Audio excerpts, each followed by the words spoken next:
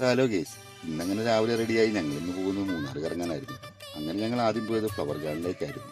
Flower ഗാർഡന്റെ ഫ്രണ്ടിൽ വണ്ടി കിട്ടാൻ പെറ്റി കിട്ടുന്ന കാരണം നമ്മൾ മുകളിലുള്ള പമ്പിന്റെ അടുത്ത് കൊണ്ടുപോയി വണ്ടി പാർക്ക്. പമ്പിന്റെ ഓപ്പോസിറ്റ് നോക്കുമ്പോൾ മഞ്ഞ് മൂടി കിടക്കുന്ന റോഡാട്ടോ ആ ഗ്യാപ്പ് റോഡ്. രാവിലെ തന്നെ ചെറുതായിട്ട് മഴ തൂളുന്നുണ്ടായിരുന്നു, അത്യാവശ്യം നല്ല മഞ്ഞും ഉണ്ടായിരുന്നു. അങ്ങനെ കൃഷ്ണയും കുട്ടി നേരെ ഫ്ലവർ ഗാർഡൻ. ഇവിടെ വന്നപ്പോൾ അവർക്ക് ഫോട്ടോഷൂട്ട് വേണമെന്ന് വലിയ ആഗ്രഹം. ഫ്ലവർ ഗാർഡനിലാണെങ്കിൽ നല്ല ഫോട്ടോസ് എടുക്കാമല്ലോ എന്ന് അവർക്കും വലിയ ആഗ്രഹമായിരുന്നു.